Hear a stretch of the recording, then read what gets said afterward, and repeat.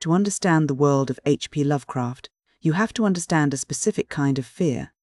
It isn't the fear of a ghost in a dark hallway or a monster under the bed. It is much colder than that. It is the fear that the universe is vast, ancient, and entirely indifferent to whether humans exist or not. This is the essence of the Call of Cthulhu, perhaps the most famous story in the cosmic horror genre. The story doesn't start with a monster. It starts with a collection of papers. The narrator is an unnamed man, a researcher and the executor of his uncle's estate. His uncle was Professor Angell, a respected scholar of Semitic languages. The professor's death was sudden and suspicious. He was found dead in a Providence alleyway after being jostled by a dark-skinned man. To a man of science like the narrator, this seems like a simple, if tragic, case of street violence.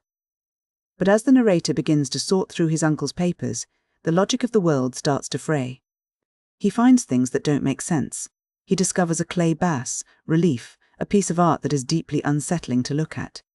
It depicts a creature that defies biological classification, a thing with a tentacled head, a scaly dragon-like body, and a shapeless, gelatinous quality.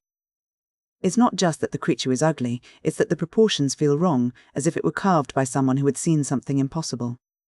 This single object acts as a thread, pulling the narrator away from his comfortable, materialist worldview and into a web of strange, disconnected events from the past. The first thread leads to a sculptor named Henry Wilcox.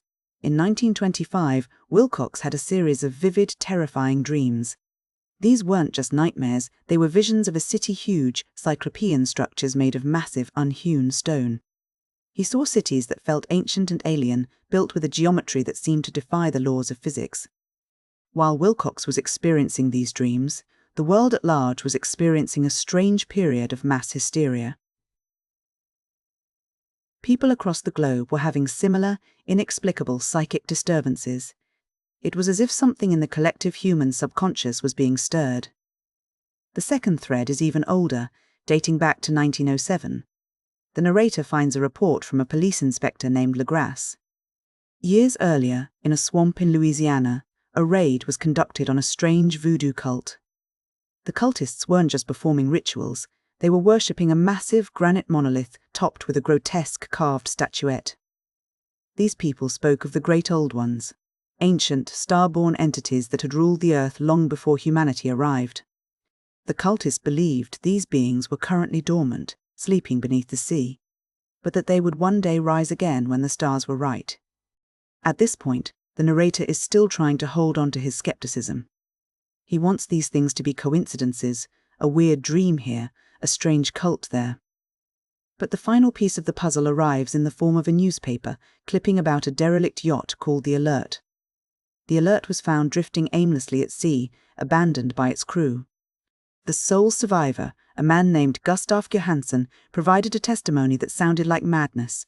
He described a journey that began with a skirmish with a sinister hybrid crew on the ship.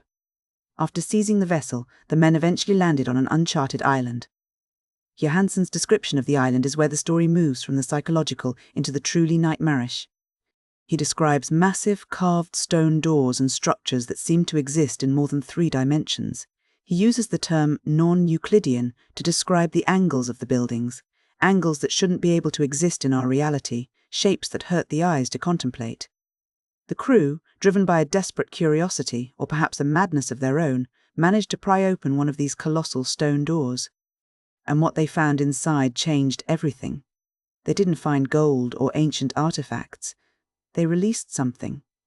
Johansen describes a creature that was a nightmare of shifting forms, a gelatinous, shapeless entity that was part octopus, part dragon, and part something else entirely.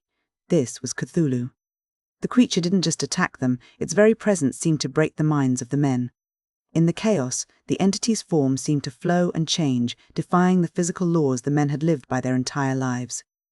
Johansen and a companion managed to escape only by a desperate, frantic act. They rammed the yacht into the creature. The impact seemed to temporarily disrupt the entity's form, allowing them to flee, but the damage was done. The horror wasn't just in the physical attack, but in the realization that the thing they had seen was real. As the narrator connects these dots, the dreams of Wilcox, the rituals of the Louisiana cult, and the nightmare on the island, the full, terrifying picture emerges. The mass hysteria, the dreams, and the physical emergence of Cthulhu are not random events. They are symptoms. The stars are moving into position. The great old ones are waking up. The story ends not with a victory, but with a chilling realization. The narrator realizes that while Cthulhu may have been temporarily subdued by the accident with the yacht, the threat is far from over. The cults are still out there, waiting in the dark, and the entity that was driven back into the depths will eventually rise again. The narrator, once a man of absolute materialism, is left in a state of profound cosmic dread. When we look at why this story has endured for nearly a century, we have to look at what Lovecraft was actually doing with these elements. He wasn't just writing a monster story, he was constructing a philosophy of cosmic indifferentism. In most horror stories, the monster is an intruder. It's something that has entered our world to disrupt our peace. But in Lovecraft's work, the monsters aren't intruders. They are the original inhabitants.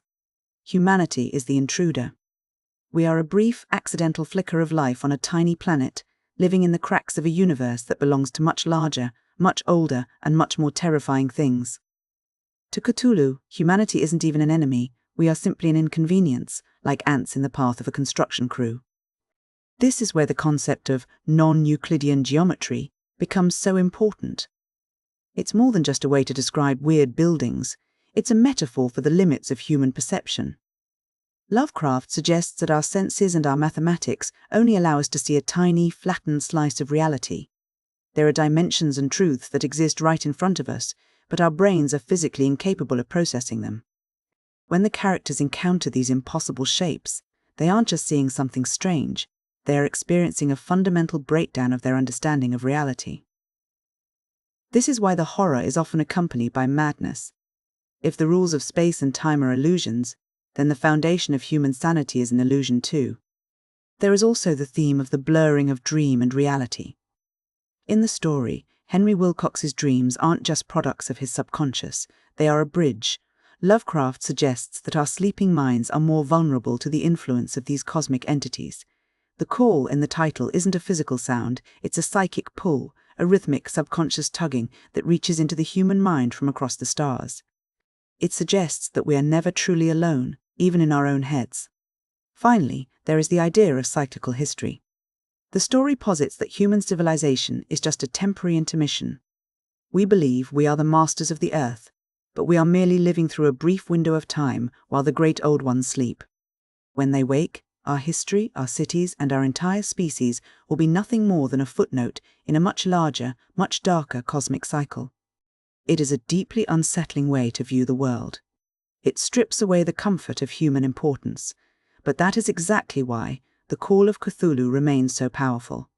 It taps into a very modern kind of anxiety, the feeling that the more we learn about the universe, the less we actually understand, and the more we realize how small we truly are.